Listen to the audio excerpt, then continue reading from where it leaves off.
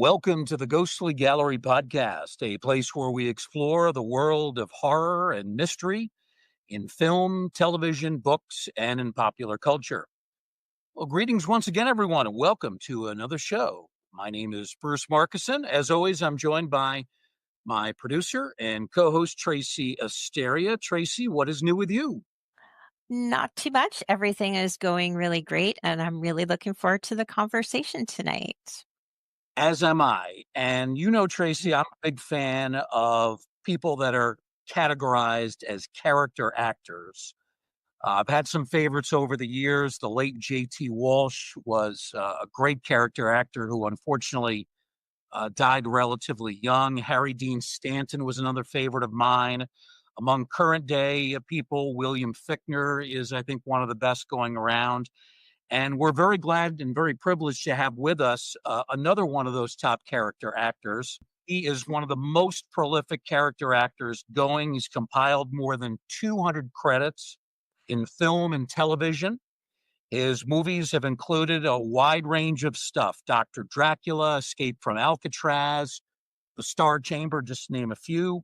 His countless guest spots on TV series have included Friends, Seinfeld, Monk, Breaking Bad, and he's also written several books. We should mention that, including his very funny autobiography, which I'm holding up right now. It is titled Great.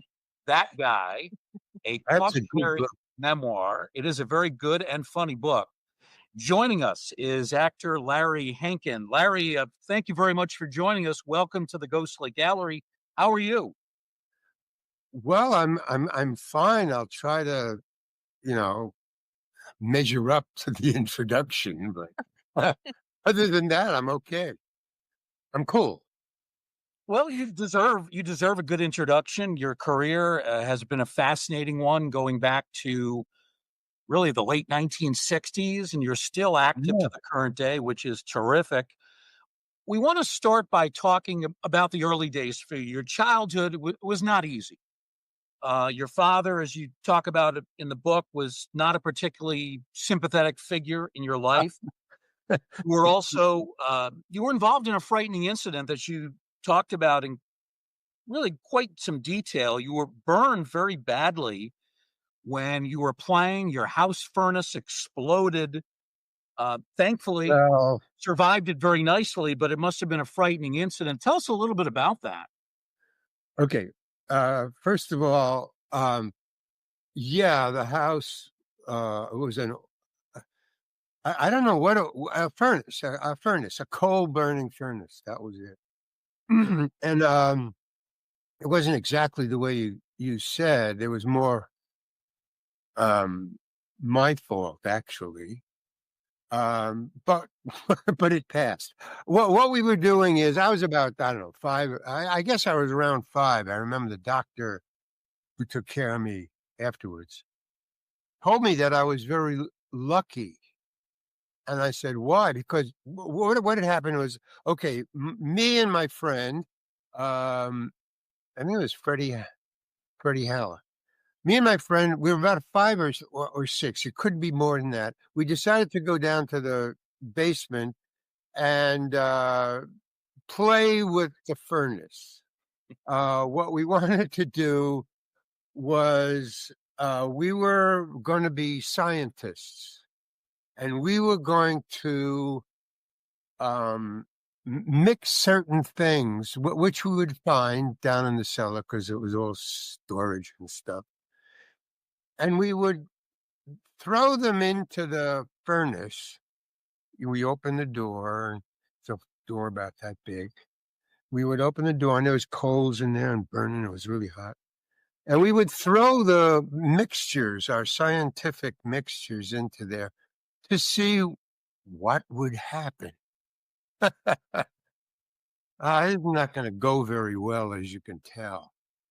So it came to my turn. We were throwing stuff in. You know, we would, what else? Anything we could carry in our hand about that big. You know, was it if it was a bottle, we'd squeeze it in there. Nothing was going on. Things would burn. No big deal. And then I came up with my great mixture, my great scientific mixture. And here's the mixture. You take a glass. We had a glass, regular drinking glass. And what you do is you fill it with kerosene. We found a can of kerosene. And then you take one lump of coal, one lump, just one lump, and you drop it in the glass. Now we're 6 years old, and to us, there was two of us, me and Fred. We thought this was a great, incredible mixture. So he opened the door, and now one of the things we did was you throw this stuff in, and then you watch what happens in there. And go, and that was it. So I took my glass of kerosene and one lump of coal, and I threw it in there, and then I looked in, and it blew up in my face. I mean, like you would fire some sort of, like the soldiers have those guns that fire, the Yeah. blaze. So I didn't know. Here's the weird thing. I didn't feel anything. I went, boom. I saw white, and then I shut my eyes. Then it went back in. It was just a boom. Took a second. And I thought, wow, man, that was really heavy duty. And I turned around to my friend, and he screamed. And I said, what? Because I didn't feel anything. I felt normal, just okay. And he said, your face, man, your face, you burned your face. Kept on saying that. And he didn't know what to do. We're 6. So he said, I'm going home. And he went home. So I was left there. So I went upstairs. Again, I didn't have a mirror or anything, and I didn't feel anything. What the heck is wrong with my friend? So I went upstairs and to the street, and I'm walking down the street. There's nobody around. I mean, just a regular neighborhood street.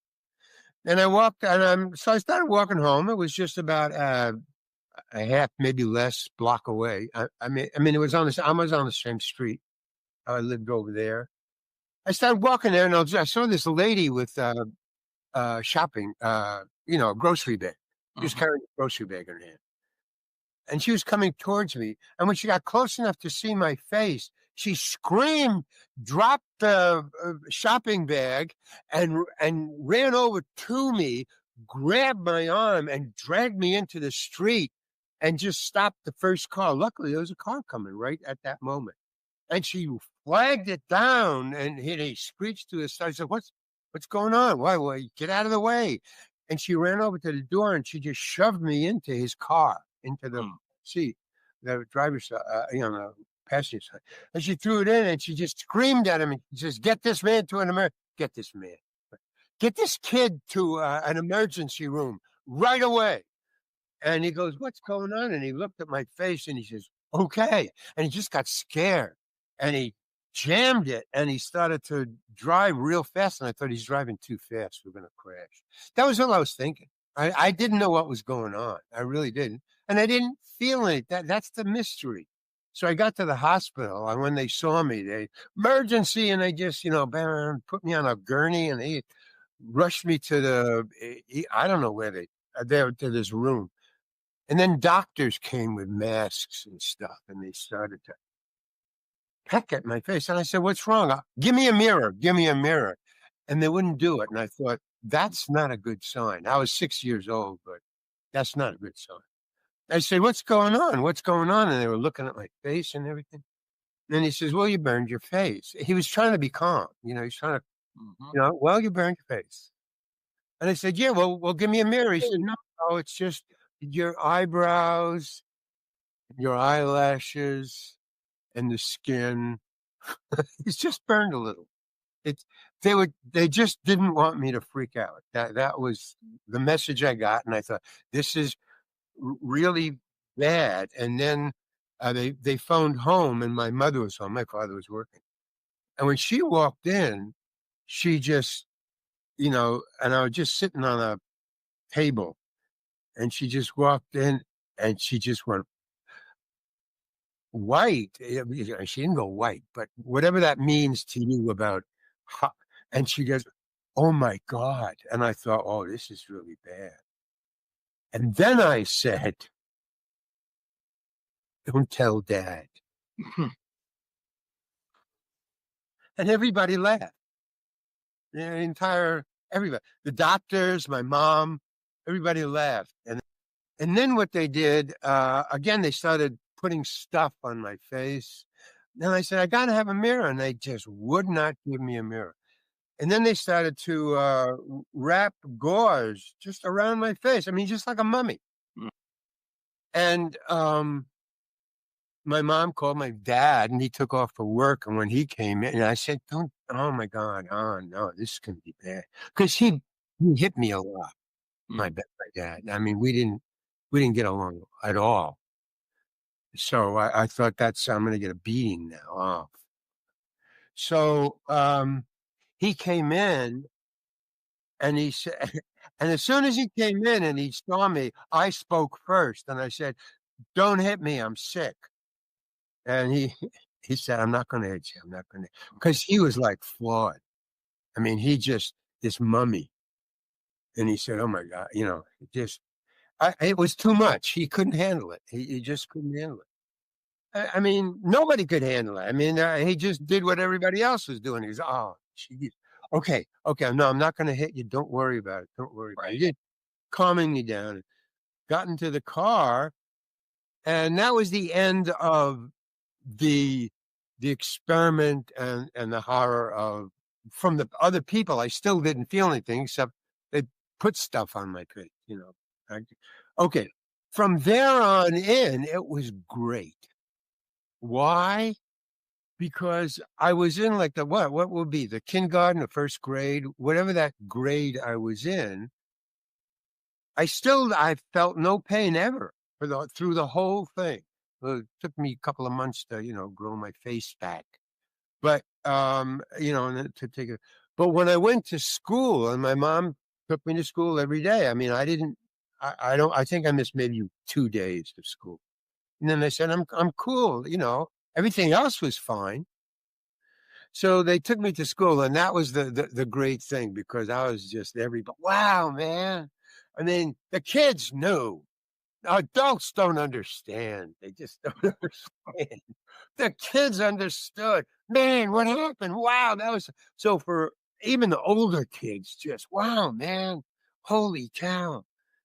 I was the most popular kid in Really? P 106 for about 3 weeks and when it came off, fresh skin. I mean, it wasn't the same.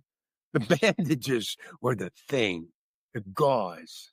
That was, Larry, the doctor told you if you were a little bit older, you would have been oh, permanently scarred. oh, yeah. He said, and that's when he said, Yeah. when they were wrapping it, I said, "Well, how long will this gonna be?" And what happened? I mean, it must be bad. He said, "Don't worry, you're very lucky." And I go, "Lucky? How? What is lucky about this?" And he said, "If you were any older, even a year older, you would be too young for your skin to recover. You would be scarred for life." I went, "Holy cow!" He says, "So you're gonna heal completely, but you missed it by a year. You're So lucky." because you were so young, the skin would regenerate Yeah, to normal condition. yeah. Well, Yeah. unless this is what happens when you get burned when you're a kid. No. This is what grew back. Right. So yeah. So the notoriety and the fame, kind of was more than the burn itself. It was great, really was.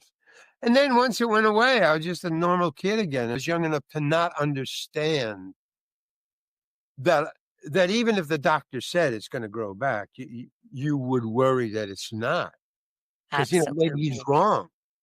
Maybe it's a year which way on either side. Uh, Now that didn't occur to me. because I was only 6, Doctor said I was going to heal okay, and I'm very lucky. So I just went with it, and I just waited until they took the bandages off. Uh, Besides the notoriety and the fame, for me, inside out, it was just, it was hot in there. And it was just a drag, that I had to get. But luckily, I went to school and people paid attention to me, and they're in the right way. In the right way. Right. Wow, man. Cool. So yeah, that was that story right there. Oh, wow. Oh my gosh, definitely a memorable story. Um, Well, I remembered it. Yeah. oh, absolutely. Well, yes, you would. Remember I'll the remember that now too. remember Oh, the formula: glass of kerosene and a lump of coal. that's scary. That is Does so the job. scary. I'll try to mentally block that one.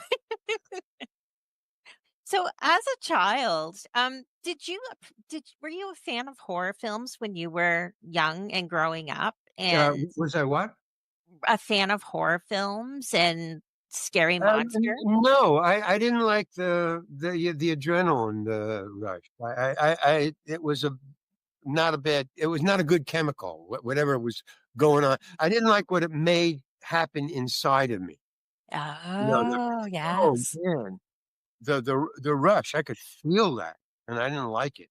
It had nothing to do with scary things. In other words, I had nothing against the scary movie. It was what it did to me when I watched it, when the scary thing came. But I have nothing against scary movies. It's just I and also it takes a lot to scare me.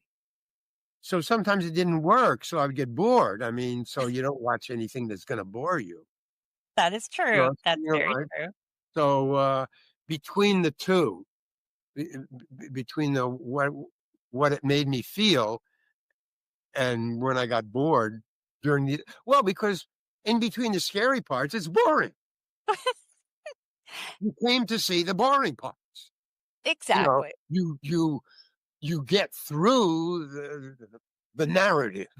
I So don't when you were growing up, when did you decide, like, were you younger or a teenager?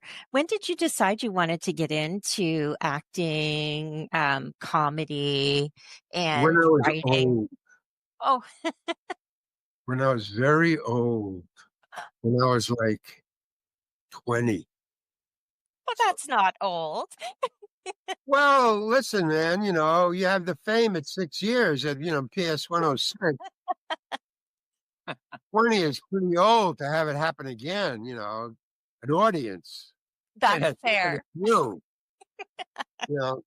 So I was well, no, old when you're 20 and you want to be funny. Um all comedians that I know, I mean, I met all the famous ones, Mhm, uh, Richie Pryor and Carlin, and the classic ones back in the day. mhm. We hung out together, and because but they when I got their origin stories, I just picked that up. Origin stories means what's your bio? It's, what's your origin story?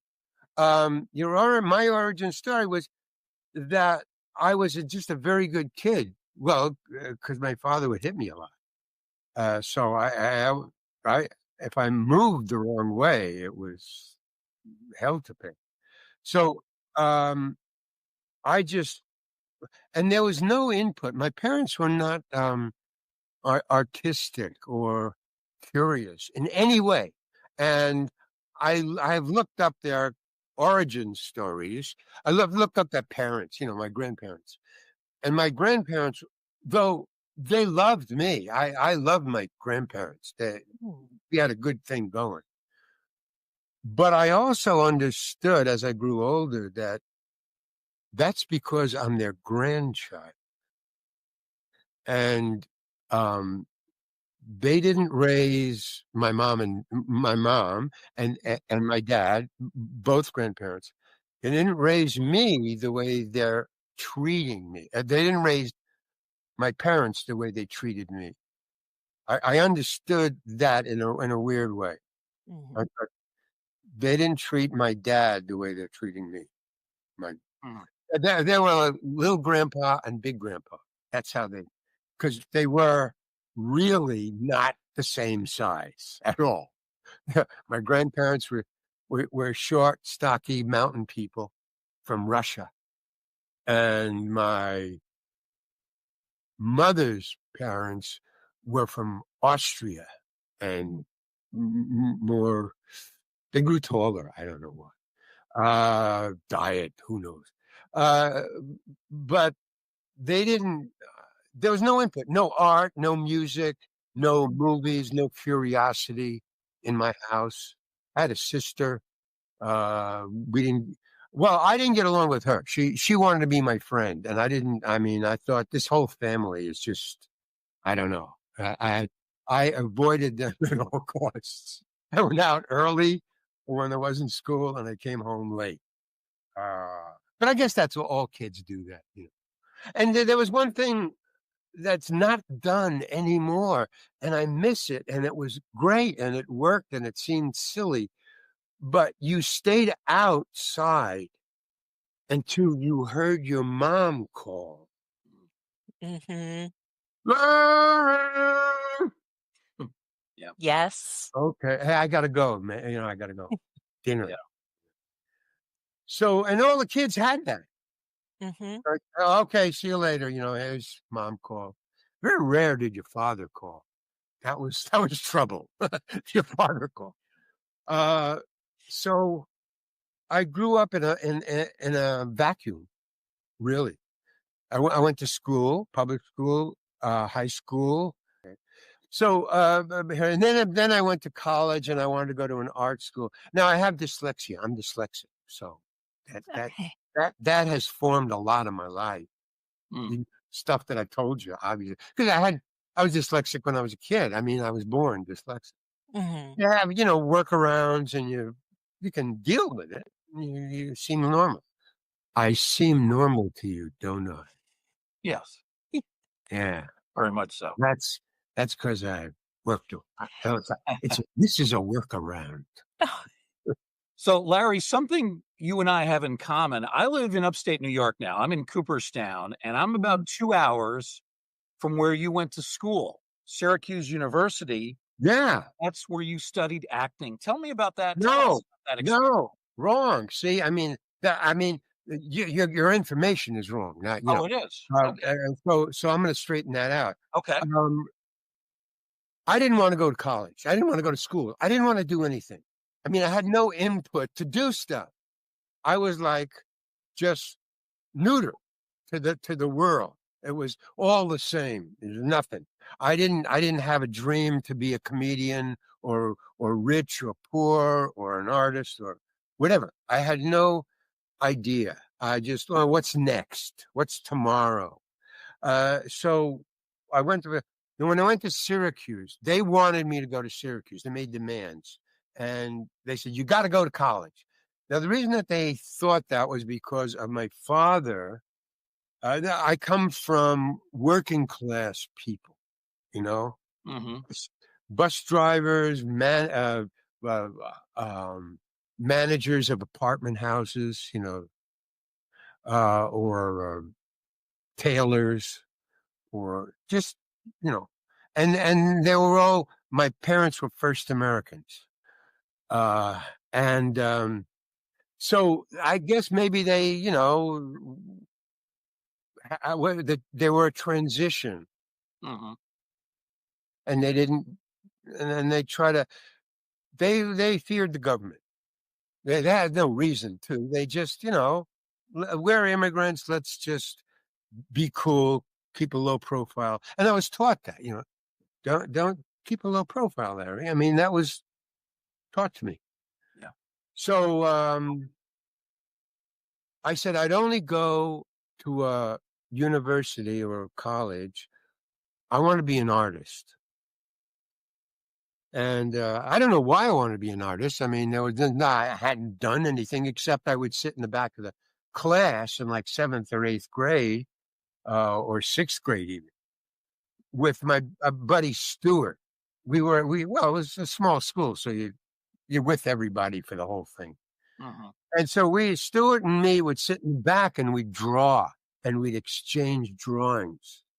Uh, and we did paid no attention to the class whatsoever. Uh, so it was kind of a cool thing. What you do is in script, you would write letters of the alphabet, like A, and you'd hand it to Stuart. Stuart had to make a cartoon starting with that A, but you had to make a cartoon out of it. So you would use that. And then, well, if you take an A, what I would do is I'd make a lion out of it. There's the A is the face. You put a dot there, and then you put the stuff, his mane around, and it looked like a lion. So a lion. Okay, boom. Yeah. So I want to go to an art school. So they gave me a whole bunch of lists of schools they wanted me to go to. Now they're just about middle class, my parents. So they're going to have to spend a lot of money. I mean, college nowadays, back then, even for them, it was. So I said, okay, I would go because I was afraid of being hit if I didn't go. So I went. So I saw Syracuse University, and I saw Syracuse University had a school of industrial design. And I locked on to the word design. And I thought, art school. And they'll never know because it has industrial in front of it. So I went to Syracuse University to go to art school. And I signed up for industrial design. That's like calculus, man, and engineering. That's designing the inside of a car, not the outside. I mean, that's cool too when we did that. So I've got a little drawing of wheels and bodies, car body, but it wasn't, what I wanted, which was, art. And there was an art school, but that wasn't it. It was called an art school. Yeah. Not the industrial design school. So that was the dyslexia. In other words, my choices are based on the fact that I take everything in duplicate. In other words, they said go to a college. In other words, industrial design to me was art, design, art, or art school. So I thought that my parents wouldn't catch on that I was really going to an art school when I signed up for industrial design. This is my thinking. Yeah. So they would let me go, and then I would be in art school. And when I showed up and I signed up, and then there's all this math and building things. You have to build the stuff. I mean, there was one thing where we had to build design and build and hand in a real mailbox. We had to design a mailbox. Either one you put on a post outside or one, whatever, but the assignment was mailbox. So that has to do with sheet metal, bending sheet metal. And they have machines. The industrial design department has machines to do that, to do industrial stuff. Pound, break, bend, twist. They had machines to do that. And we got to use the machines. It wasn't people, here, give me that kid. No, you had to. Well, because I am clever. I'll say that. I am clever. There was a line for the brake press, it's called, where it bends sheet metal. And there was a line on that. Everybody had sheet metal. So, and there was only 3 days we had to be in the shop. So I knew I couldn't get to it in time, and I failed that thing. So I looked around to all the other machines in the shop, but nobody was working. and I figured out how I could bend metal on other machines. So the teacher caught me. What are you doing? I'm bending. I'm making the mailbox. You assigned. Yep. But that's a pounding machine. You can't. Well, I forgot what machine it was, but it was for pounding metal, or I don't know, making shoehorns, or I don't know what. But it wasn't the right machine. So he said, "You're barred from the shop." I said, "Well, I'll fail then. I mean, where am I gonna bend sheet metal? I mean, that's stupid, man. You can't bond." I had a big argument with the guy, you know, and he was a professor. So he said, I don't care what, and he kicked me out, you know. Mm. So I went to the dean of the art school, which is my dean too, and he said, he said, I want to talk to you. And he said, okay, come into the office. What do you want? And I said, well, and I laid out the whole thing, Kim. I can't. I'm going to fail. So I was using another machine to bend it. So before he could, either say yes or no, or before he could agree, he gets a phone call. Hello? Just a second, Larry. Yeah. Is he outside right now? Okay. Tell him to come in. And in walks the professor that just kicked me out. Because I left and just came right down to the dean. I mean, the class is still going on. Yeah. He comes down and he opens the door and he says, what are you doing here? And I said, I'm complaining. I'm trying to, get your edict reversed, or I don't want to fail the course. So I'm complaining. So my professor says to the dean, is this what's going on here? Why is he here? He says, yeah. And then he says to me, the dean says to me, Larry, would you go outside and wait outside? I want to talk to him. Okay. And then my professor comes out, says, okay, Larry, you can go back in. And he just leaves, no, nothing. Just, I go back in and he says, well, he has a slightly different take on what happened. So we're kicking you out of school, Larry. Wow. What? You're out of here. We don't. You can't do what you just did. You can't argue with the professors. You can't use the machine. We don't want you. You're out. Thank you.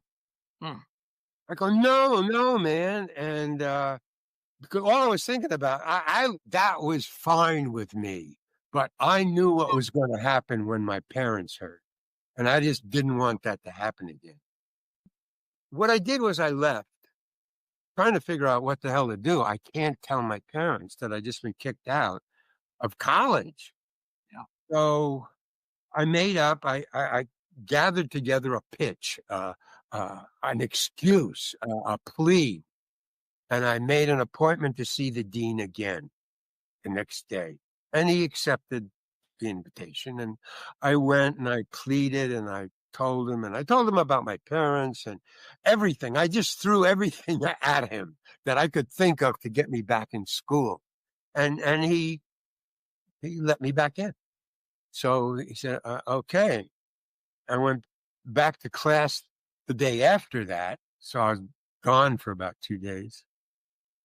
And my professor, what are you doing here? I said, I talked to the dean. He let me back in. I'm sorry for what I did. I won't do it again. So I went back to school and I hated going to industrial design department, but I made it through. I was thrown out one more time and I can't remember why.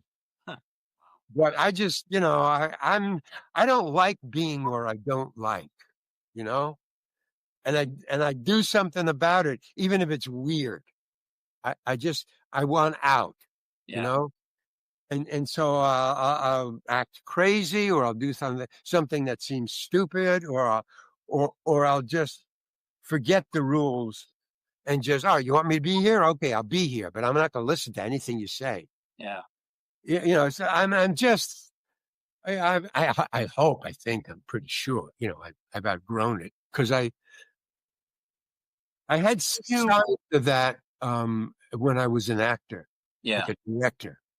I would do the same thing. And it's in the book. You can kind of see it. If you're in the book, because I read the book uh, about a year after I finished writing it. So I had some distance. Yeah. I read the book and I thought, wow, man, what the fuck was I doing? I So mean, did you eventually make your way to acting why class? did I do? Yeah, even I'm talking about making movies. When I read that guy, Yeah. it was still there. I kind of modified it, this anger at my parents, obviously at my father. Yeah. And I was just acting out on anybody who either was bigger than me or had you know agency over me. Yeah. Uh, So, you Larry, did you eventually go to acting class and learn? Never, You never never. did. I, Never. I will not. It's because my father. I'm slowly, finding out about this as I grow older. I say, oh, I get it. But no, I would not listen to anybody who told me anything Mm. to teach me anything. My father, do this, do that, and he would always have me do the worst jobs. I mean, hanging screens or cleaning out this or cleaning out the fish pond. Or other things I didn't want to do. I mean, just didn't want to do, man.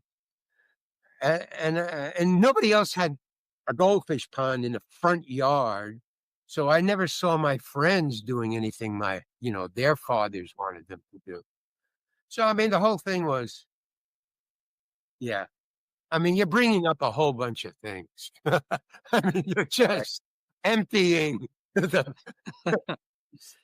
I'm dumping it all. I don't Eventually, go ask. eventually, you do make your way to the world of acting. It's Oh, okay. 19. So the way that happened was, yeah, in Syracuse, I had a good friend, Carl Gottlieb Mhm. in Syracuse, but he was in the dramatic department because he wanted to be a screenwriter. So he was doing plays and stuff.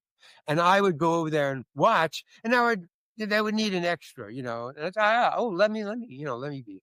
So I would be, in the back, I would be crowds, or sometimes I'd have something to say, and it was kind of cool, you know. So that was the first thing.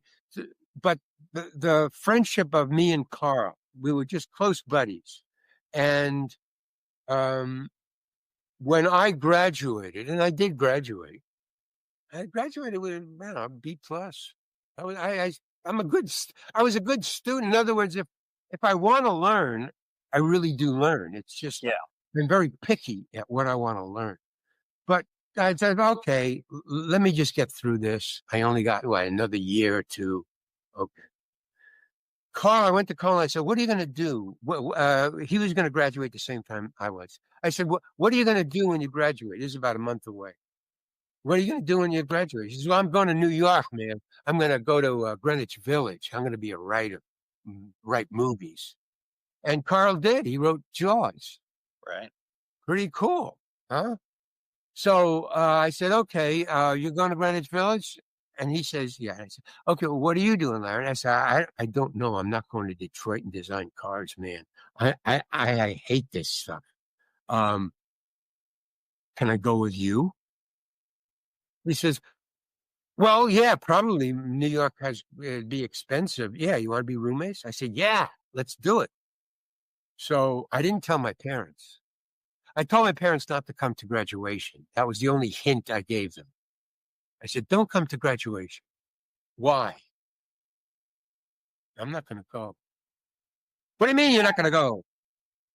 I'm not going to go. I mean, it's just it's hot. It's a summer, man.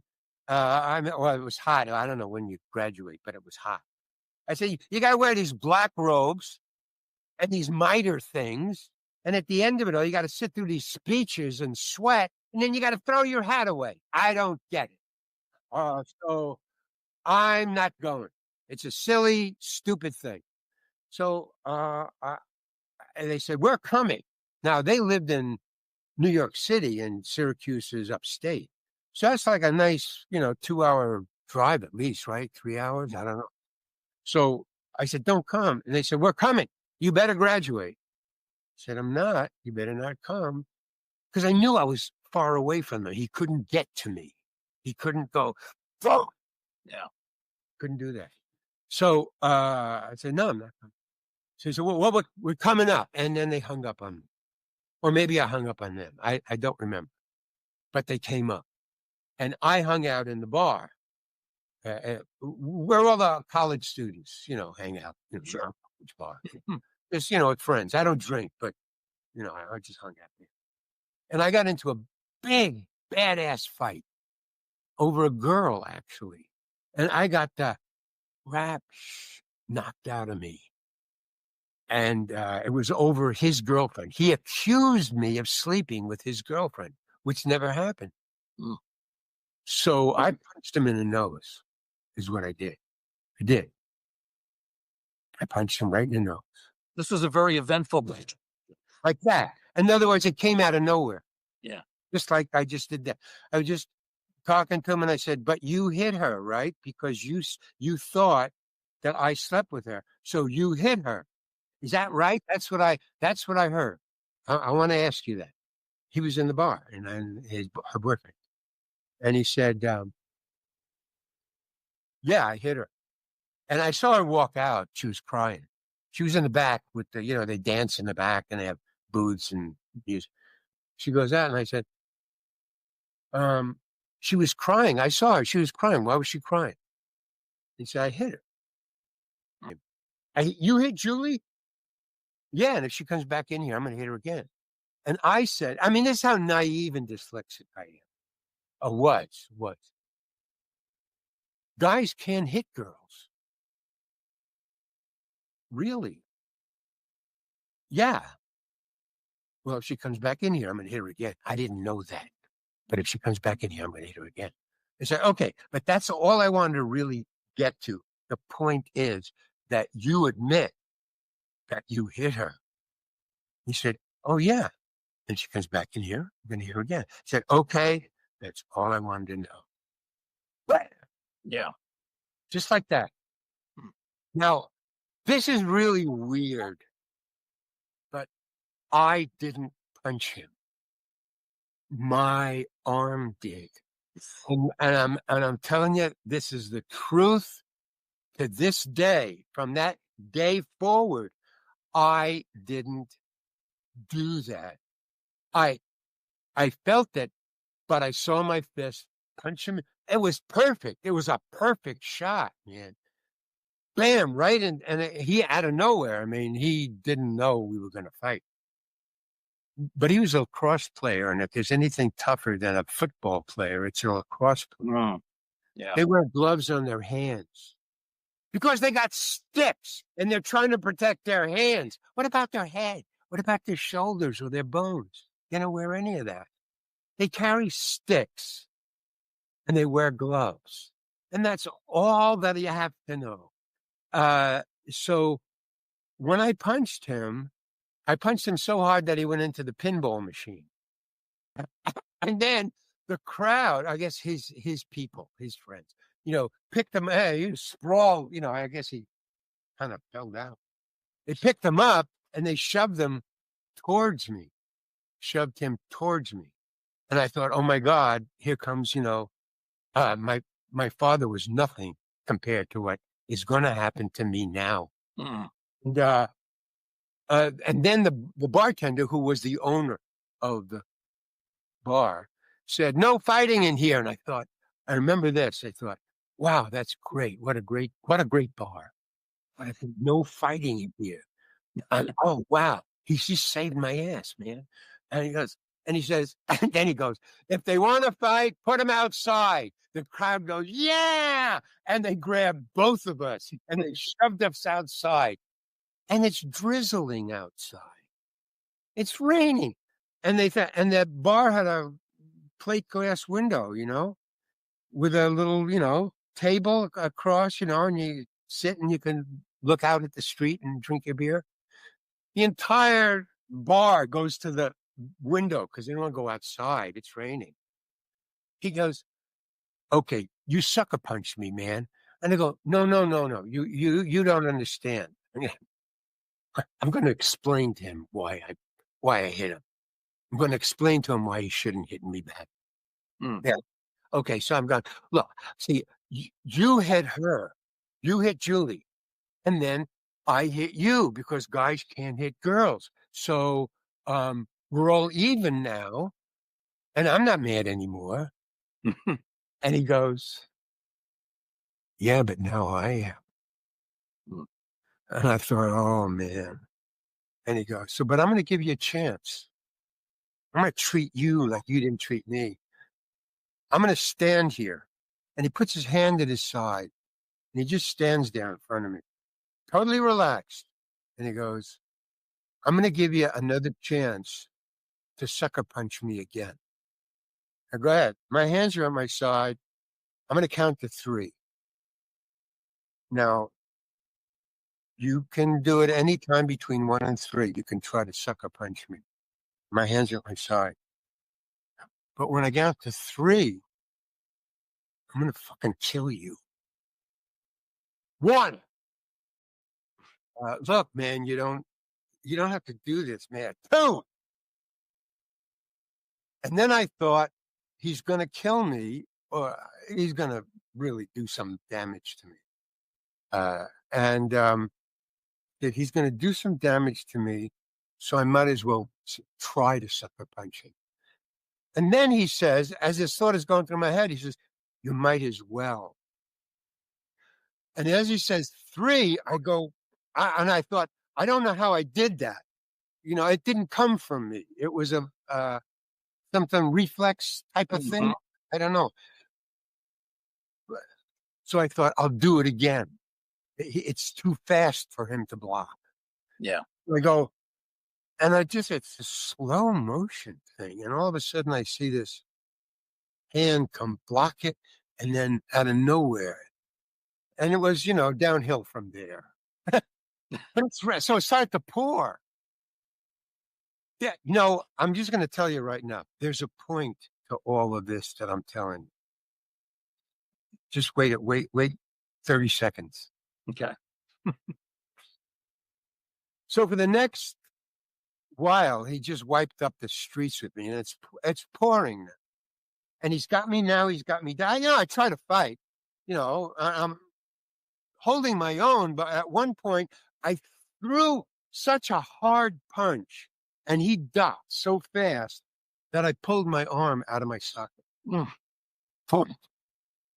And I can't move it. You can't. It's just flopping around. I can't do anything. So I'm fighting with one hand. So he knocks me down. I'm down on the wet ground. It's raining. He jumps on me, pins my arm, with his knees. He sits on my chest, and he's pinning my arms with that thing. And he looks down and he says, God damn it. He says, you see this? And I'm pinned down like this. And I'm going like this, trying to see his knee. And I go, yeah. See.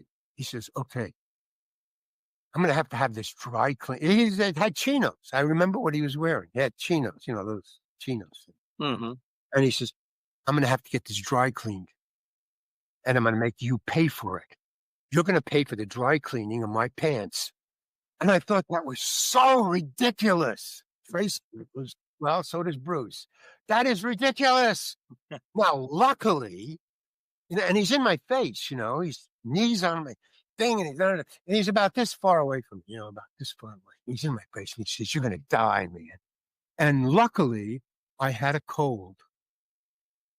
So I just went, and I spit a lunger into his face. Well, he got mad. And I look up, and behind him is, I don't want to say his name, but a Marine. A Marine who was taking classes at Syracuse, one of these Army things, And I had 2 classes with this guy.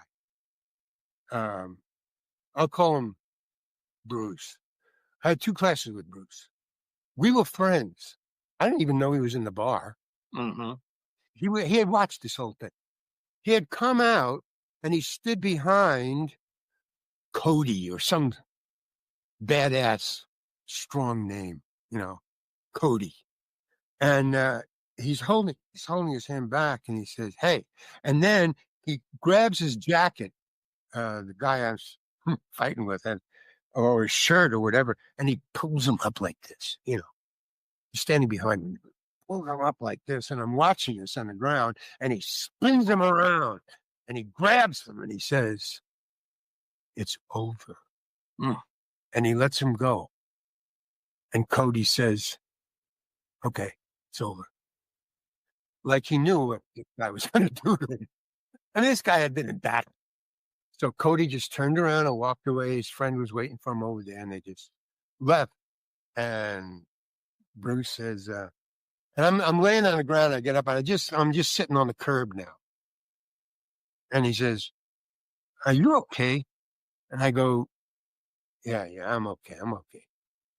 I guess I won in a weird way because but the lesson that I learned was, because I would hang around with Julie all the time. She was a friend and I, Yeah. had these fantasies.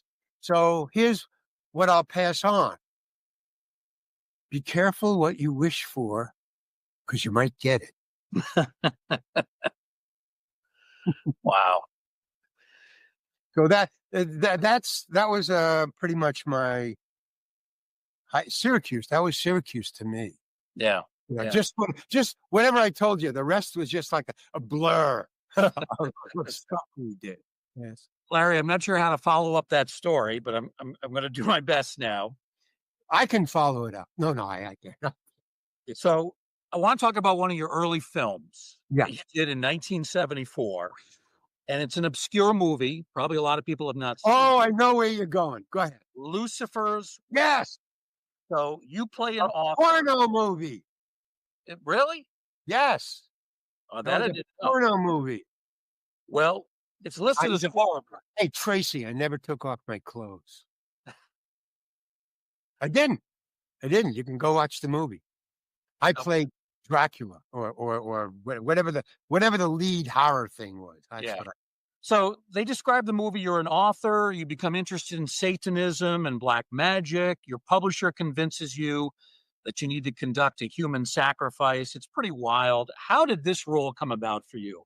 I was in the committee. We were very popular. There's 5 of us, like Second City. Improv. But it was a porno movie, and so they asked 3 of us. There was 3 of us to be in it as just regular talking people that were needed besides the lead. In other words, what my job was in the story of the movie, because I could hypnotize people. I mean, that was character that I knew how to hypnotize people. So somebody paid me a lot of money in the narrative to hypnotize women to sleep with this guy. That was my job. Yeah. So I had kind of a lead because I had to act. So that's what I would do. And I was an actor for improv, but I never studied it. I'm a natural improviser. I think dyslexia has something to do with that. Mm. Because you don't know what's coming next, but you have to say something or not, or do, blah, blah. Okay. So that was the movie. It was a porno movie. And in San Francisco, when I was in the committee, that was one, but I did 5. I did 5 porno movies where I was just a talking guy who could act, Right. that. So I would do that. So there'll be a real actor involved. Wow. So that's that. But that is my entire learning experience, including the committee, with learning to act. In other words, I never took lessons because I wouldn't let anybody teach me. Right. I just didn't believe anybody. Well, I guess it's my father, but I didn't believe anything anybody So said. Thought it let's was go back to the first movie, Lucifer's Women, because 6 years later, a guy named Al Adamson. He decides to take this footage, he re-edits it with new footage Exactly. and makes it into Doctor Dracula, which Right. stars John Carradine.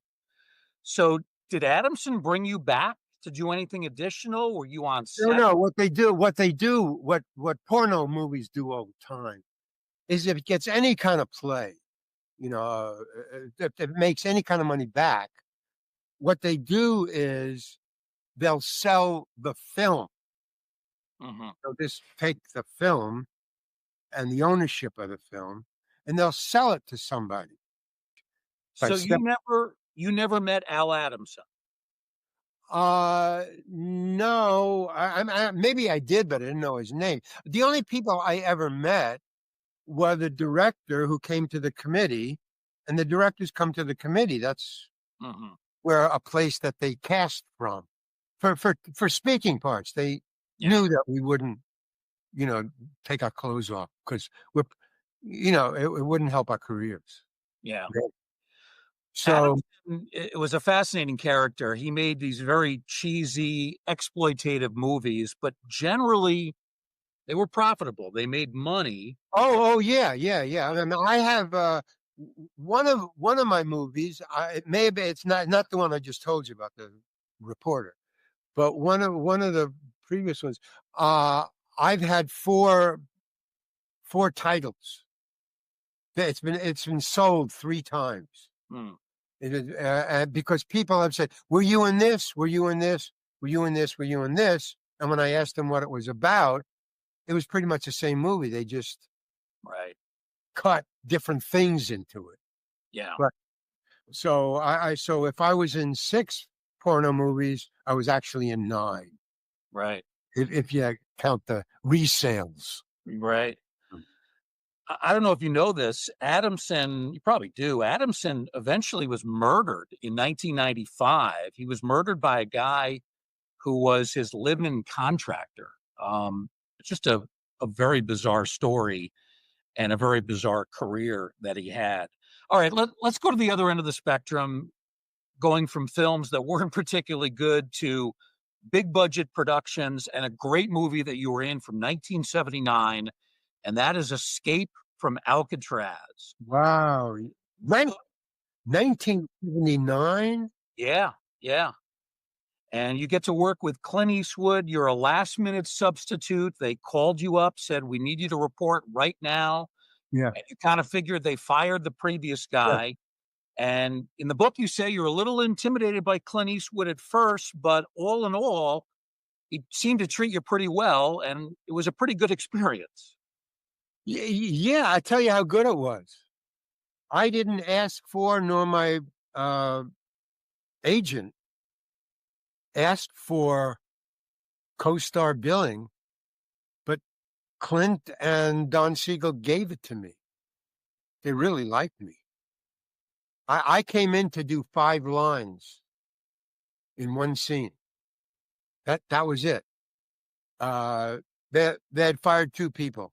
One was a prison guard who beats up Clint Eastwood, and the other one was the Charlie Butts. Uh, it was rushed, and they said, "Get down there right away." And I hate those those calls. Your agent calls says, "Get down there right away." They need you to audition. They're closing in an hour, and it was in the valley, and and it interrupted my day. Is what auditions do. It interrupts my day. So because you don't know when it's. I mean, sometimes I call you. Yeah, well, you got an audition next week. Okay, that's fine. But every once in a while, you get these get down there right away. They're closing in a half hour.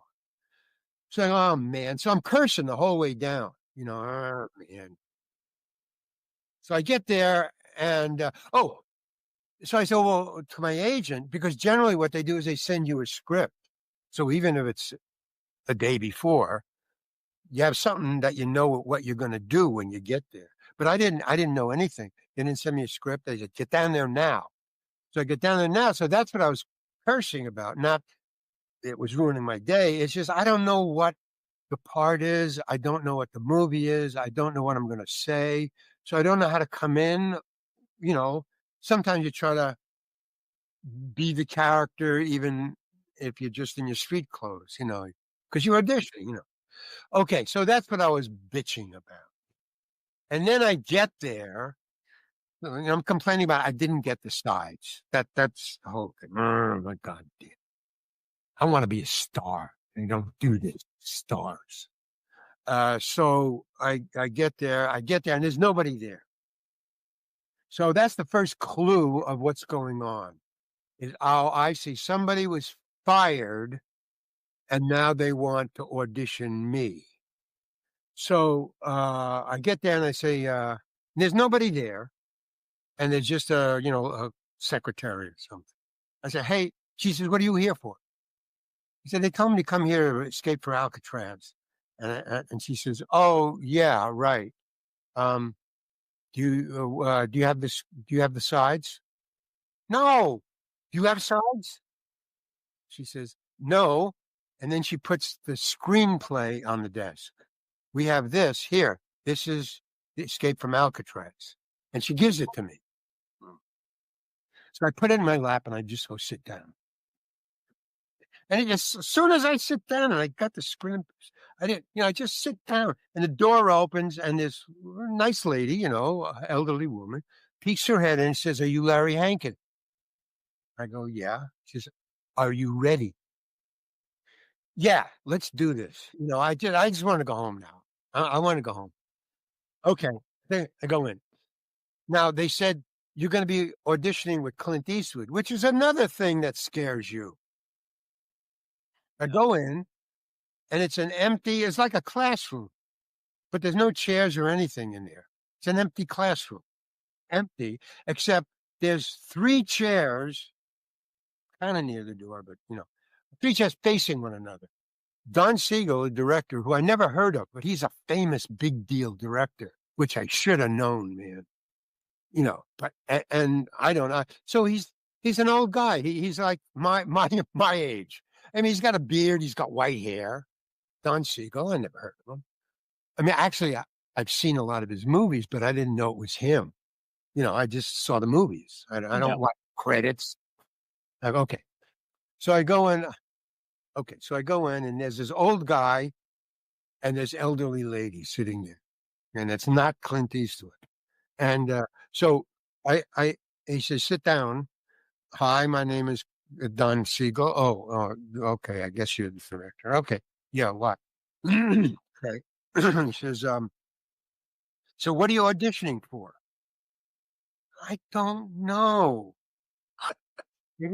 They said, well, you got the sides, right? No, I don't have the sides. They said when I got here, they would tell me what the part was and they'd give me the sides. And I'm trying to keep it back, but it's just not going well. And Clint Eastwood isn't here, and that really pissed me off. I go in and okay, so it's all right, yeah. Well, okay, so so he turns to the lady, and he says, "Well, what do we got?" So she says, "Well, we got the guard, the prison guard, who we got the prison guard, and we got Charlie Butts." Okay, so the director looks at me and he says, I don't think you can beat up Clint Eastwood. Larry, do you think you can beat up Clint Eastwood? No. Yeah.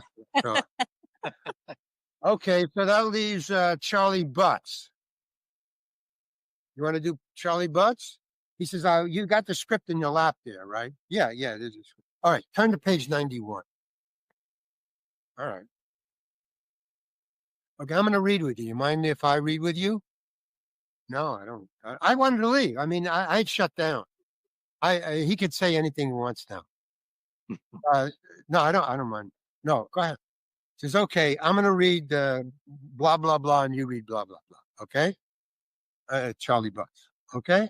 All right, fine. Okay, so you go first. Okay, so we go. And he says, well, just stop at the bottom of the page. You just read one page, okay? Yeah, fine. Okay. And I'm thinking, I just want to go home. Mm-hmm. Okay, so he goes, okay, blah, blah, blah, blah, blah, blah, blah, blah, blah, blah, blah, blah, blah.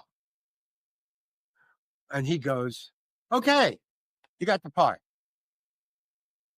And I just sat there, just like this. I just sat there, didn't say anything. And he goes, what's the matter? Don't you believe me? Now, I have been 200, a lot of auditions. They never tell you you got the part. Ever. I've talked to other actors who I've asked, leads who I've asked, stars who I've asked. When you go in, you do it and you leave, and they don't tell you yes or no. That's how Hollywood works. And he said to me, but I'm just holding it back. And he says, you got it. You don't believe me, do you? I go, no, I don't. And he says, okay. And he looks at her and she's going, oh my God. I mean, she's ready to fire me. I mean, this is, and he goes, he doesn't believe me. Okay, here's what I want you to do, Larry. I want you to get out of here. I want you to go home, sit by the phone 10, 15 minutes and see what happens. Okay. Okay. Mm-hmm. Yeah. Okay. Okay. Get out of here. Okay. And I just get up and walk out. And I drive home and I'm saying that I'm out of here, man. I can't take this anymore. I get home. I just walk in the door and the phone rings. Man, what did you do? You got it. That's terrific, man. my age.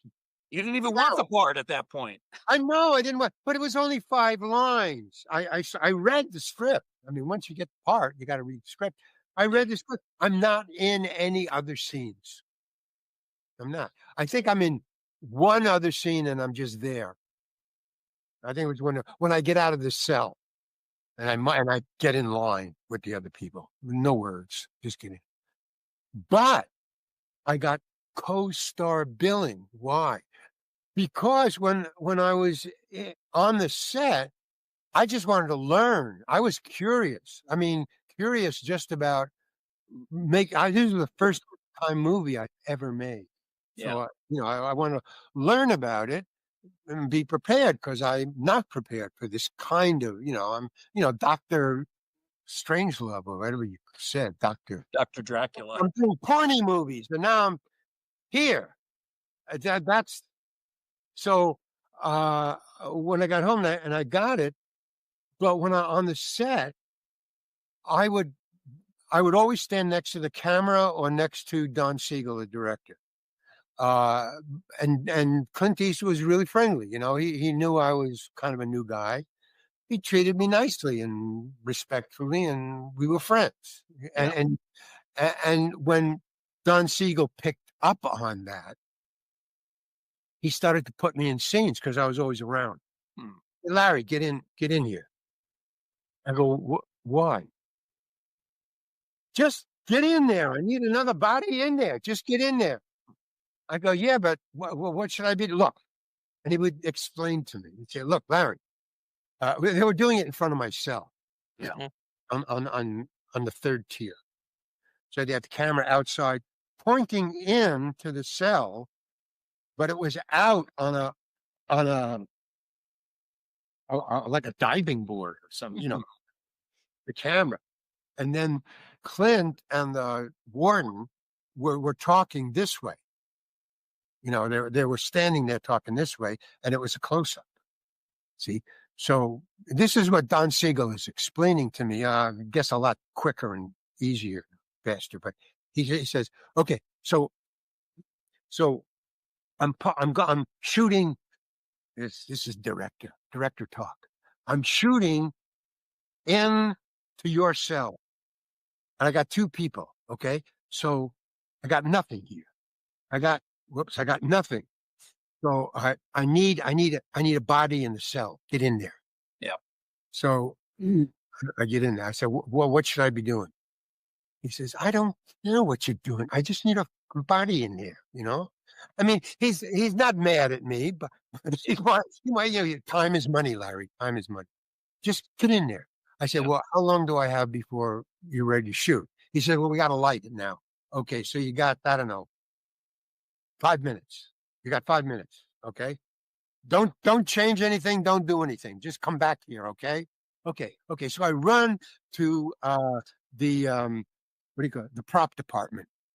Warner Brothers had sent a prop department, a whole big thing into Alcatraz. So they wouldn't have to, call Hollywood and get a boat. And, I mean, it was just crazy. So, I mean, that's another story. But, okay. So where I was going to die, they thought I was going to die. And they said, no, we can't have him die because we have to call a hospital and he got a boat to get over here. He'll be dead by the time that, no, don't. I mean, those kind of discussions were going on about me. So he says, I go to the prop department. I said, look, I'm in a cell. I got to be doing something. Well, what are the convicts? What do they do? Give me a checkerboard. She says, all the checkerboards are out. We don't have any more. Because they were shooting in a lot of different scenes and also Alcatraz. Well, yeah, they were shooting all. So, well, what about a chessboard? What about a chessboard? We got one chessboard. Okay. I think we got some. Yeah. Okay. Fine. Okay. The men. Okay. So I get them back. And then all of a sudden this guy said, Larry, they're waiting for you. Come on, let's go. So I'm carrying the chessboard and the men and I go back and I said, okay, just give me a second. And I go and set up everything. Okay, I'm ready. Okay. All right. You ready, Larry? Yeah. Right. Okay. All right, and action. So they do their scene. Clint Eastwood and the other stars. So it's two stars. And I'm playing, and in the middle of the scene, Don Siegel says, cut! Larry, come here. Okay. Right. Yeah, what? What the fuck are you doing? What do you mean? I'm playing checkers. You told me to be sitting in the scene doing something. You got a chessboard. Yeah, I know. You fucking playing checkers? Charlie Butts doesn't know how to play checkers, and Alcatraz doesn't have any more checkerboards because they're all out. So Charlie Butts is playing checkers with a chessboard. Oh, I don't have to do that. I don't have to do anything. I'll just sit there. No, just get back in there. No, I don't have to use use a chessboard, play checkers like Charlie Butts. I just wanted to know what the fuck you were doing in there. So if you go look at the scene, I'm playing checkers with a chessboard. Yeah. It's up there on the screen. Okay. And when the guy cuts his hand off, I don't know, did you see the movie? I don't know. Sure. Yeah. But there's a thing where he cuts his hand off in the shop. So, Hankin, come here. Get in there. Why? What do you want me to do? I don't care. Just get in there. I need people in the shop. It's a shop for the prisoners. You're a prisoner, right? Get in there. Okay. So that was going on through the entire shoot. Get in there. What am I doing? Get in there. What am I doing? Get in there. Why? So, and then finally, when I'm in there and he cuts his hand, they had two fake arms, to cut. Mm-hmm. Before the scene goes, they showed us, all the actors who are going to be in the shop. And they said, okay, just everybody, you're going to ask questions, so we're going to show it to you first. Okay, here's the two. And they look really real, and it was cut off right here. And you could see, all kinds of mechanical things in there, but it looked real, man. Yeah. So we have two of them, one for in case they fuck up the first one. Okay. So, that's it. And somebody says, how much did those things cost to make? $1,500 a piece. Okay. So nobody screw around with these. Okay. Leave them alone. Because they left them there in the shop while they set up the. Okay. So we come in. He says, okay, now they give one of the crew gives one of the arms to Clint. And he says, okay.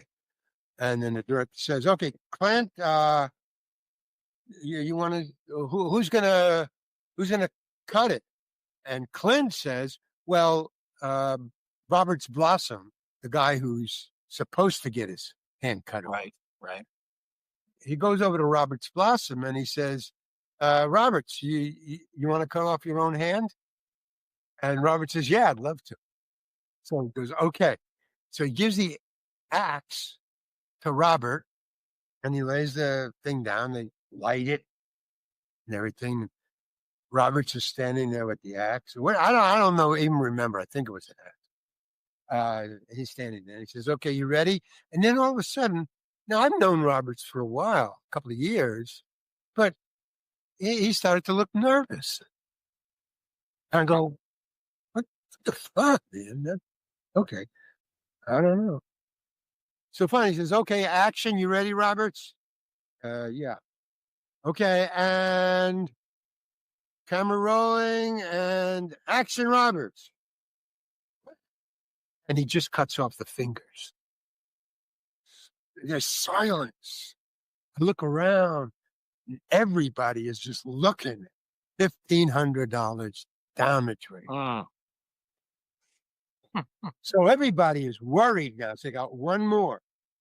So the prop guy just lays it. First of all, they remove the chopped fingers and the arm. They clean it off and put the new arm in the same place. Make it all nice. So now the arm is there.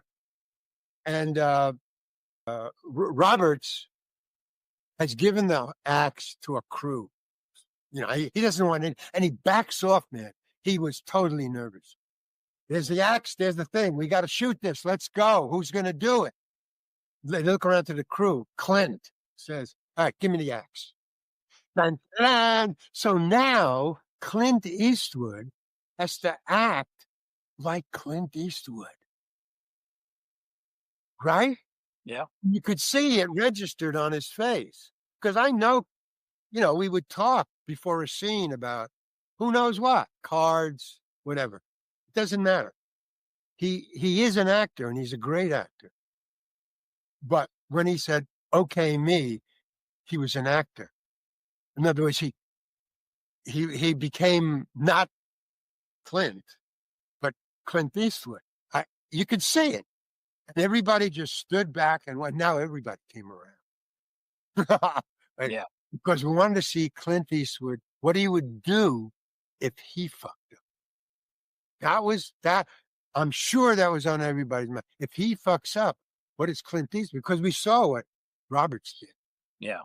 So he goes, okay, you ready? And then suddenly, out of nowhere, he became the director. Clint just took over. Just, okay, everybody, just keep quiet, you know, back off. We're going to do this now. Camera ready, sound ready. Okay, lights. Okay, I'm going to give the cue and camera. It was a perfect shot, man. And it was in the movie. And if he missed, I mean, that was a turning point in the narrative. Right.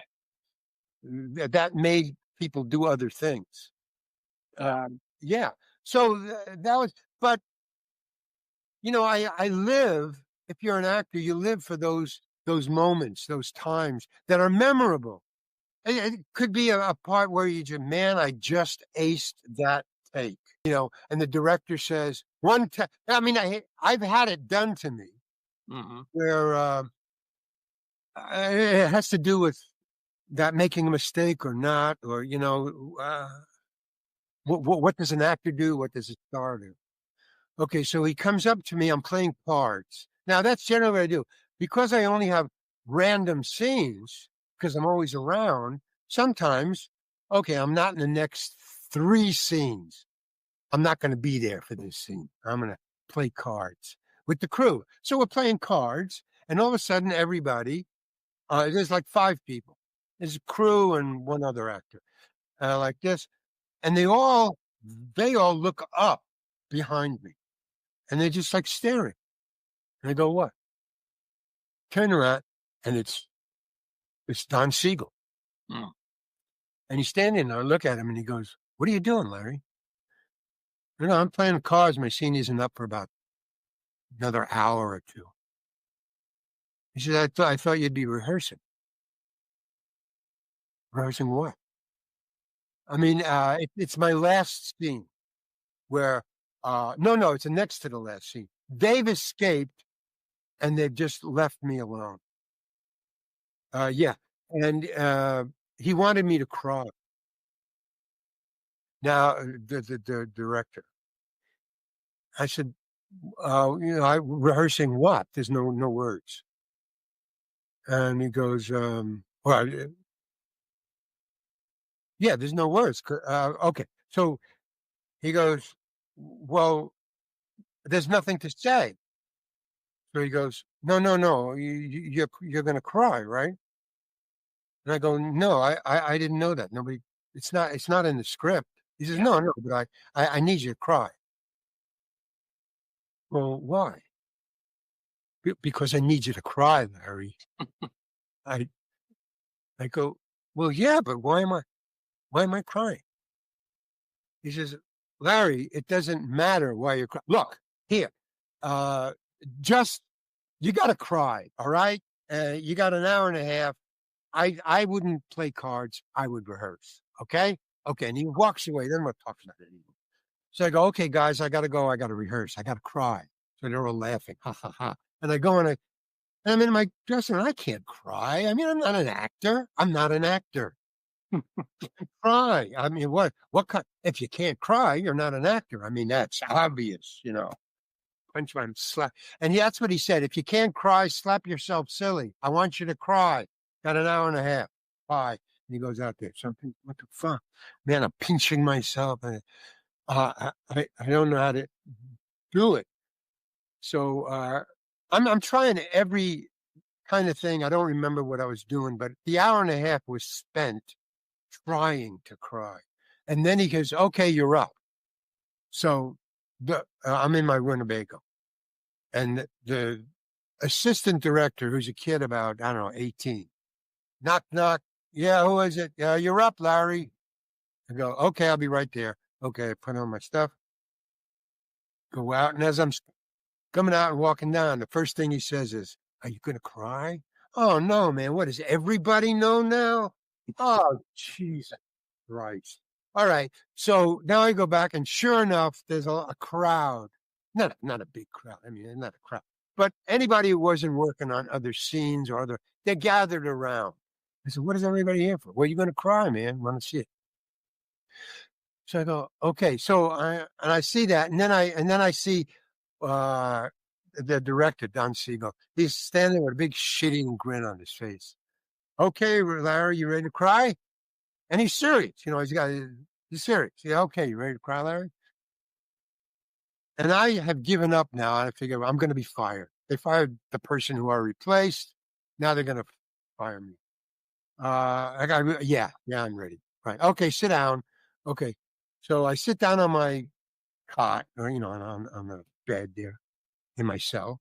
And they set up, they've got a big, the biggest camera I'd ever seen. I mean, it's the same camera, but I've never had to look at it in a cell this far away. And not only that, they have dolly tracks in a cell. You know how small a cell is. So if you're sitting on the bed, the wall is, just out of reach. I mean, but they got tracks. I said, what are you dolly? You got dolly tracks down? What for?